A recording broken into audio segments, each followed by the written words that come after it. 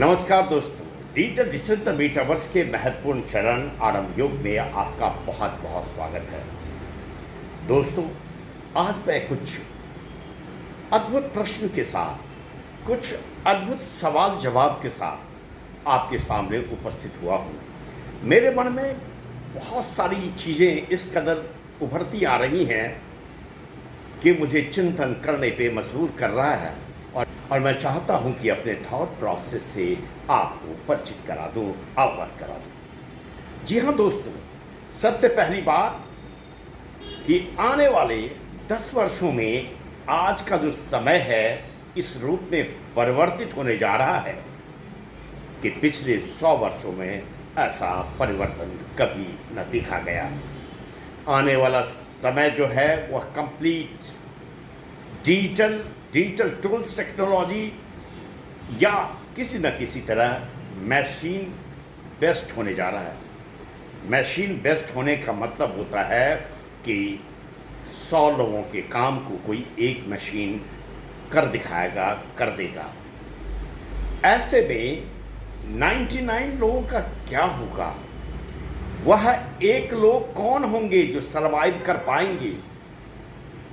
जी हाँ दोस्तों, दूसरा सवाल यह है कि अगर आज की तारीख में कहीं भी आप वेल सेटल्ड हैं तो आप यह मानकर नहीं चलें कि यह सेटलमेंट आपका परमानेंटली एस्टेब्लिश्ड रहेगा, क्योंकि जैसे ही नई नई मशीनें, नई नई तकनीकें, या हम कहें कि डिजिटली अगर बात करें तो जो आर्टिफिशियल इंटेलिजेंस है, ये जो नए नए ऐप हैं, नई नई दिशा और दशा तय करने के लिए नए नए रूप में आ रहे हैं। ऐसे में अगर हम अपडेटेड नहीं रहेंगे तो हमारा क्या होगा? सपोज कोई कंपनी है जिसमें 1000 एम्प्लॉई है और उनका काम अगर सिर्फ 10 लोगों से चलने वाला है तो वो बाकी लोगों को क्यों रखेगा? ऐसे में वो 10 लोग कौन होंगे? ऐसे में 10 लोग वही होंगे जिन्हें भली भांति सब कुछ पता होगा, यानी जो अपडेटेड होंगे, अपग्रेडेड होंगे, जिन्हें डिजिटल टूल्स एंड टेक्नोलॉजी का संपूर्ण ज्ञान होगा, जिन्हें डिजिटल टूल्स और टेक्नोलॉजी की जो स्ट्रेटजीज है उसकी खबर होगी, वही सरवाइव कर पाएगा। ऐसे में मेरे कुछ सवाल ये उठते हैं कि जो अभी जिन्होंने हायर डिग्री ली हैं और वो स्किल्ड नहीं है, तो क्या उनके लिए यह चिंतन का विषय नहीं है?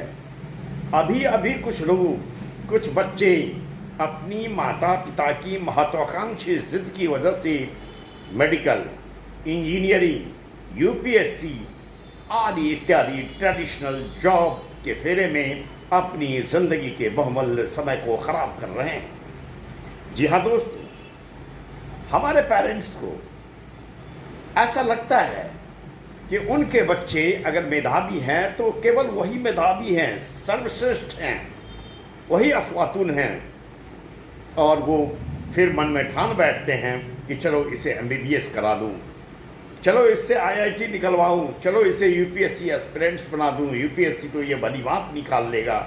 लेकिन बंधु, ये जितनी भी पढ़ाई है, जितने प्रयास की चीज़ें हैं, इन प्रयास की चीज़ों में बहुत ज़्यादा पैसे की ज़रूरत होती है। और एक बात मैं बता दूं, बहुत समय भी लगता है। और साथ साथ यह भी बता दूं कि अगर 100 लोग हैं, 100 छात्र हैं, तो उसमें सिर्फ 10% की गुंजाइश होती है। जी हाँ दोस्तों, सिर्फ 10%, क्योंकि सीट्स कम हैं, कंपटीशन बहुत बढ़ चुका है। अपनी जो आपकी मेधा शक्ति है उसकी परीक्षण करना हो तो परीक्षण करें, ज़्यादा समय ना गंवाएं। आजकल जो ऊंची डिग्रियां हैं, एमबीए हो या डोनेशन के बेस पे कुछ बच्चे एमबीबीएस, कुछ बच्चे एमबीए कर रहे हैं, उनकी जो फ़ी है, कई बार पेरेंट्स अपनी ज़िंदगी की गहरी कमाई उन पे लगा देते हैं। ऐसे में अगर उनका रिजल्ट सिफर होता है, क्या कर लोगे आप? इंजीनियरिंग करके अगर आप बाहर आओगे, सपोज आपने 25 लाख, मेडिकल एमबीबीएस में आपने लगभग करोड़ रुपए खर्च कर लिए, एमबीए की डिग्री लेते लेते 25-50 लाख रुपए लगा दिए। और अगर आप मिडिल क्लास हैं, आपके पास मिडिल क्लास की परिभाषा में समझाना चाहता हूँ, अपने को मिडिल क्लास समझने की भूल ना करें। हम इससे हर कोई अपने को मिडिल क्लास कह देते हैं, लेकिन मैं कहता हूँ कि जो तथाकथित मिडिल क्लास हैं, आज की तारीख में वो लोअर क्लास हैं। मिडिल क्लास तो मैं ऐसे को मानता हूँ जिनके 20 से 25 लाख रुपए अगर नाहक ऐसे बर्बाद भी हो जाए तो उन पर कोई फर्क न पड़े। जी हाँ, या जिनके बच्चे का बहुमूल्य समय खराब हो जाए फिर भी उनके व्यक्तिगत जिंदगी में कोई फर्क ना आए। दोस्तों, माता पिता के बदौलत जिंदगी सिर्फ चौराहे तक जी जा सकती है, उसके बाद के जो रास्ते हैं वो अपने बदौलत ही जीना होता है। आपको अपने बच्चे का, अपने परिवार यानी अपनी पत्नी, अपने बच्चे, अपने बुजुर्ग माता पिता का जो निर्वहन है वह भी आपको अपने बदौलत ही करनी होती है। अगर आज डोनेशन के बेस पे बैंक से लोन लेकर आप कोई शिक्षा ग्रहण भी कर लेते हो और वहाँ बाहर निकलते हो तो उस पैसे की जो सूद है, उस सूद को, उस मूल को यानी 25 लाख को चुकाने में आपकी ज़िंदगी के आधे से ज़्यादा समय यूं ही चले जाएंगे।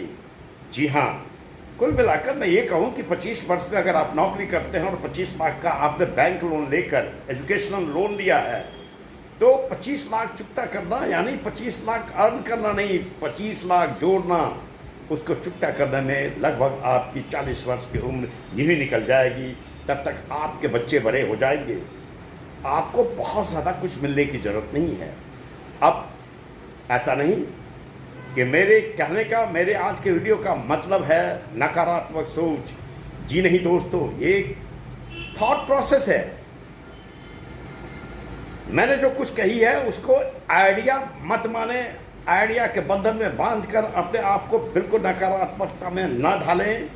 इस थॉट प्रोसेस को आप अपनी स्थिति परिस्थिति के अनुकूल ध्यान में रखते हुए इस थॉट प्रोसेस से सोचें और फिर आप डिसाइड करें कि यह समय जो बदल रहा है इसमें क्या हायर एजुकेशन या सिर्फ एक तरह की शिक्षा ही काम में आने वाली है। जी नहीं दोस्तों, आज नित्य प्रतिदिन नए नए टूल्स एंड टेक्नोलॉजी, नए नए ऐप्स आ रहे हैं। तो अगर आप कहीं सेटल्ड हैं तो भी आपको हमेशा हमेशा नित्य नित्य डे बाय डे इस ऐप्स, इस टूल्स एंड टेक्नोलॉजी को समझना होगा, अपने आप को अपग्रेड बना के रखना होगा। इस टूल्स टेक्नोलॉजी ऐप्स का जो एक गणित है उसको समझना होगा, अपने आप को अपग्रेड, अपडेटेड बनाए रखना होगा, तभी जाकर जो वर्तमान की आपकी सेटलमेंट है उसको आप सेटल कर पाओगे। आज डिजिटल टूल्स एंड टेक्नोलॉजी की स्ट्रेटजीज की भी बहुत ज़रूरत है, परफेक्ट स्ट्रेटजीज भी होना चाहिए। अगर डिजिटल टूल्स एंड टेक्नोलॉजी का ज्ञान आपको है, मैक्सिमम लोग आजकल यूट्यूबर होना चाहते हैं।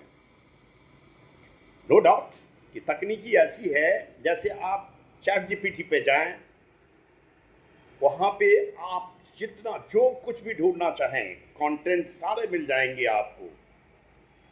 फिर आप ये ध्यान रखें कि गूगल सर्च पे या यूट्यूब सर्च पे किस तरह के टॉपिक का सर्च वैल्यूएशन है, मैक्सिमम लोग किस तरह के टॉपिक्स को सर्च कर रहे हैं। मैंने अपने अनुभव से पाया है कि मैक्सिमम लोग आजकल बैंकिंग, फाइनेंशियल यानी फाइनेंस, सिक्योरिटीज़ और इंश्योरेंस, इस सेक्टर को ज़्यादा तलाश रहे हैं। तो अगर आप कंटेंट राइटर नहीं हैं तो भी आज सुविधा ये हो चुकी है कि आप ChatGPT पे जाएं, अपने कंटेंट टाइटल को आप लिखें, आपको कंटेंट मिल जाएगा। उसके अलावा मैं एक जानकारी और भी देना चाहता हूँ कि आजकल ऐप्स ऐसे भी हैं जिसमें आप कंटेंट लिख देंगे, वो वीडियो बना के दे देगा। तो बहुत से लोग आजकल ऐसे प्रयासरत भी हैं कि ChatGPT से कंटेंट लो। उस ऐप का नाम है पिक्ट्री डॉट, मैं कंफर्म नहीं हूँ, पिक्ट्री मैं आपको बता दूंगा आगे किसी वीडियो में, जस्ट मैं अभी भूल रहा हूँ। उस ऐप पे आप अगर किसी तरह के टेक्स्ट को लिखेंगे उसको वो वीडियो में कन्वर्ट कर देगा। ध्यान रखें, वीडियो में कन्वर्ट कर देगा, लेकिन आजकल कहीं मैंने पढ़ा है कि यूट्यूब भी अपने एल्गोरिथम में यह जांचने पर रखने लगा है कि अगर video is not created by you and अगर आपने कुछ इस तरह का क्रिएट किया है जिसमें आपका योगदान पूर्णतः नहीं है, तो कॉपीराइट भी हो सकता है। कॉपीराइट ना हो तो यूट्यूब उसको मोनेटाइज का परमिशन नहीं भी दे सकता है, और नहीं तो कम से कम उसे प्रमोट यूट्यूब नहीं करेगा। तो इसके लिए भी तरीका है कि आप चाहें तो चैट जीपीटी से कंटेंट लें। आप जिस ऐप से पिक्टरी डॉट समथिंग है, मैं Pictory dot something, I am forgetting right now, उससे अगर आपने वीडियो बना लिया तो फिर आप यूट्यूब के स्टूडियो में जाएं, वहाँ से म्यूज़िक लें, कॉपीराइट फ्री म्यूज़िक को लें और फिर उस म्यूज़िक को डालें। यानी कुल मिलाकर आपका प्रयास ऐसा होना चाहिए कि आप जो भी वीडियो कर रहे हैं वो वीडियो आपका अपना दिखे, या यूट्यूब के जो एल्गोरिथम है उसमें वह पकड़ा ना जाए, कॉपीराइट के अंदर ना आ जाए। कुल मिलाकर कहने का ध्येय ये है कि आज टूल्स एंड टेक्नोलॉजी ऐसे हैं कि आप अगर चाहें, आप थोड़ा सा समय दें, रोज़ के 1 से 1.5 घंटे 2 घंटे, तो आप मैक्सिमम वीडियो यानी एक दिन में 10 वीडियो भी बना सकते हैं। जी हाँ दोस्तों, उसके लिए कोई ज़रूरी नहीं है कि आपको एडिटिंग आता हो। अगर आज की कहने का तात्पर्य यह है कि मैं एडिटर हूँ, मेरे पास काम आते हैं, लेकिन टूल्स एंड टेक्नोलॉजी ऐसे आ गए हैं जो एडिटर की ज़रूरत नहीं होगी।